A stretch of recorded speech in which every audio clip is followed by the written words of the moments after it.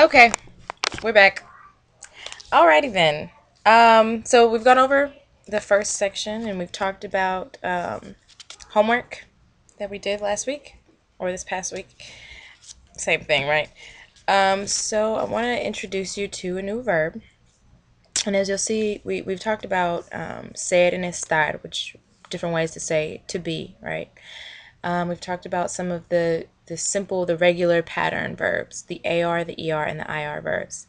They compose what you could consider a bulk of the verbs in the language, but you do have a lot of exceptions to any rule that you have with any language, right? And as you'll see, the most commonly used verbs are the verbs that are generally exceptions. So I want to talk to you today about the verb tener, to have. And I'm not really fancy smanchy with the whole, YouTube thing. I don't know how to do the slides on the clip thing, so I've drawn him out. Yeah, so we're gonna work with that today. Okay. Alrighty. So we have the verb tener, which means to have.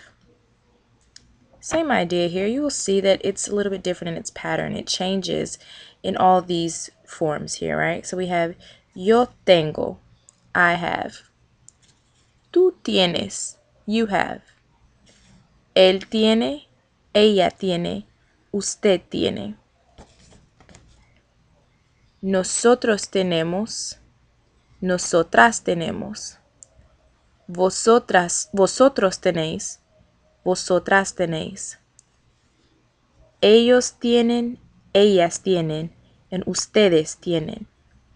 So again, this is tener, to have, right? So just a few examples of using this verb tener. Have some sentences for you here. So we have here what? Yo tengo una familia grande. That's what I have, a large family, a big family, right? Número dos. ¿Tú tienes una familia grande? That's a question, as you can see, of course, with the question marks. Tú tienes. So the do, you have a large family, right? We don't see a word for do as we do have in English. We have I have a large family. Do you have a large family? In Spanish, it just becomes a question. And so the do is implied. Do you have a large family, right? ¿Tú tienes una familia grande?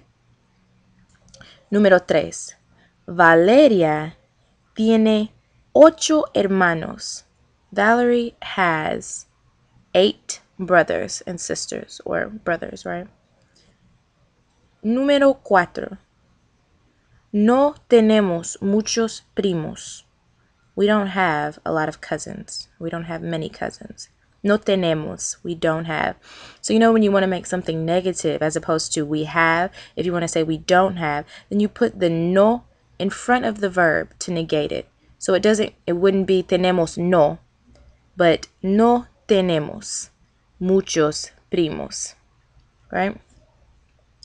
Elena, número 5. Elena y Tomás tienen familia en Cuba. Elena y Tomás tienen, notice it's tienen, that would be in that bottom chart, this bottom part right here, because it's plural. We're talking about Elena and Tomás. And so if we would put that a pronoun, that would be they, right? Ellos. Ellos tienen. So Elena y Tomás tienen familia en Cuba. They have family in Cuba, right? Número 6. ¿Vosotros tenéis amigos en España? Do you all have friends in Spain? Well, I don't know if you all do. Número 7. Usted no tiene tarea. And notice this abbreviation for usted. And you'll see the same thing with ustedes. I don't know if you noticed it in here. I meant to point that out. This is just a way to shorten without having to write it out every time. Usted, that stands for usted. And the UDS stands for ustedes. Right? So, usted, you, right? I'm sorry, working with this. Usted no tiene tarea. Tarea being homework, right? I hope I'm not making anyone seasick with these little slides. But since it's the only thing that I know how to do right now, We're gonna make this work. Alrighty then. Alrighty. Okay. So we have the verb tener that we're working with, right? Hope you're taking good notes, but you don't have to take great notes, right? Because you have this video. You'll be able to watch it over as many times as you want. Not that you want to watch it a million times. New word that I want to introduce you to. I'm sorry, my baby cousin is sleeping beside me. It's the only quiet room in the house, but I'm trying not to wake him up. Okay. There is or there are. This means the same. This goes for both of them, but it means there is or there are. Right? Some examples. Hay muchas personas. There are many people. No hay muchas personas. There aren't many people. Hay un examen de español. There is a Spanish exam or Spanish test. Hay ropa, clothes, that's ropa, en la tienda. There are clothes in the shop. Hay ropa en la tienda. Número 5. No hay comida. There is not food. So and notice the pronunciation, not hey. It's not hey. I, right? We know it's I because you don't ever pronounce the H at the beginning of a word, right? And this I, hi, I. So you would use I for things like, for example, when you maybe go to the grocery store and you're looking for a particular type of lettuce. I don't know, we'll say that, lechuga, right? Or you're just asking for lettuce. You might ask the clerk or the person, just someone that's walking around, ¿hay lechuga? Is there lettuce? Right? So it comes from a verb haber, which means also to be. But we won't talk too much about the verb haber and its conjugations because I is the most common conjugation for it that we see used at this point. So we have I and using I, right? There is or there are, or is there or are there. Some new prepositions that I want to work with are, we have here the verb or the preposition con, which means with. Con. And then we have sin, without, right? Example here. I have a picture. Agua, water, right? Agua con hielo. Water with ice, right? So maybe if you're at a restaurant, un restaurante. Si estás en un restaurante, maybe you can order agua con hielo. O, si prefieres, if you prefer, maybe you'll order agua sin hielo, without ice, right? Sin, without. Maybe you want agua con limón. That's supposed to be a lemon. I don't know exactly what it looks like, and this kind of looks like an umbrella. Yeah, maybe you're in the Bahamas or something. I don't know. In that case, you wouldn't really be speaking Spanish, would you? Anyway, so don't mind my little ramblings. I have an imagination. So, yeah, con y sin, with and without, right? Okay, going kind of quickly so we don't lag. I mean, there's not too much. I can't fathom. I mean, I could possibly fathom the questions that you would ask, but why? Because you might have completely different ones. So I want to talk about some of the question words that we have. We have here como, which means how, right? We've talked about this one before. We use it all the time when we say, hola, ¿cómo estás? How are you, right? Like this. ¿Cómo está? ¿Cómo está esta carácter? How is this character? Está bien, right? She looks like she's alright, right? Or he. Está alegre. He's happy or she's happy, right? Can't tell. There's no gender denoted in these answers, right? We just have está, which could be he is happy or she is happy, right? ¿Cómo está él? So we know it's a he because of the él. How is he? No está bien. Doesn't seem like he's too well, right? Él está triste. ¿Qué pasó? What happened? So that we have the ¿cómo está? How are you? And then we have ¿cómo es? How are you? Meaning a description. What are their characteristics? What are they like? So we have here ¿cómo es ella? What is she like?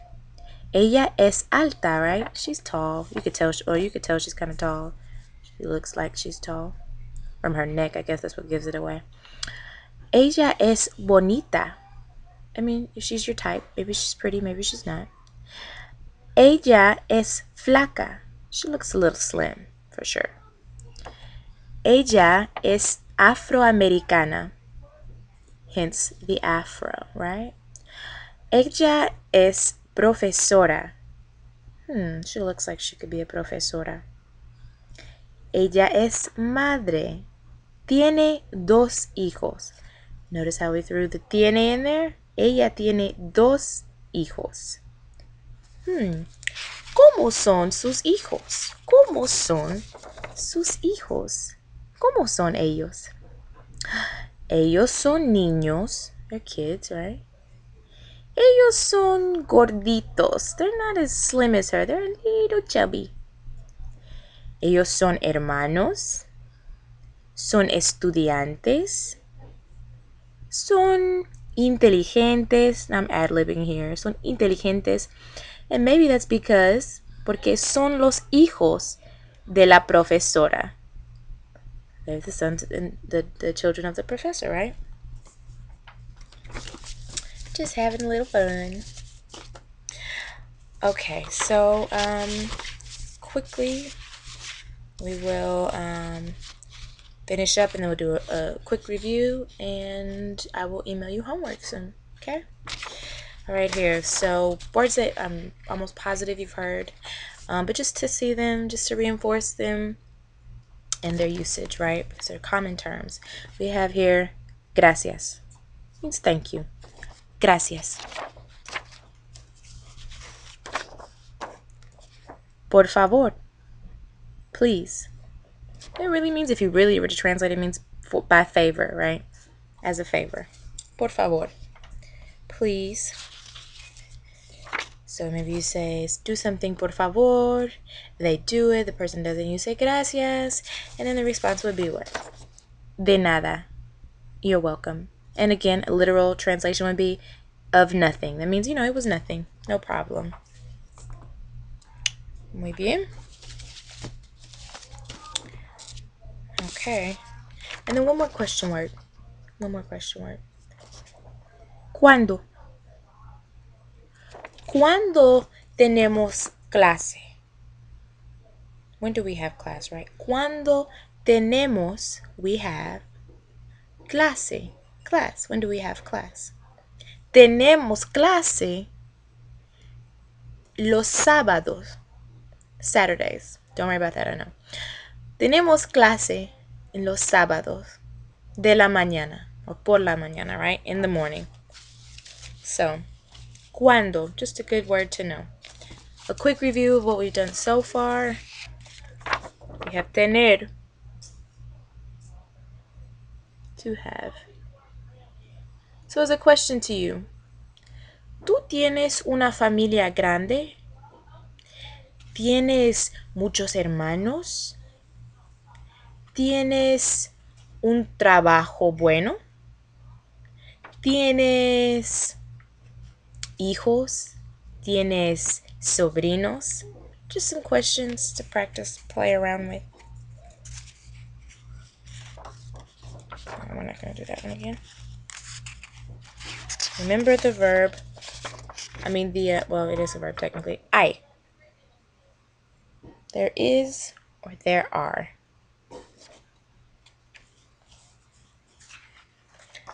¿Hay muchas personas contigo? Are there many people with you? Muchas personas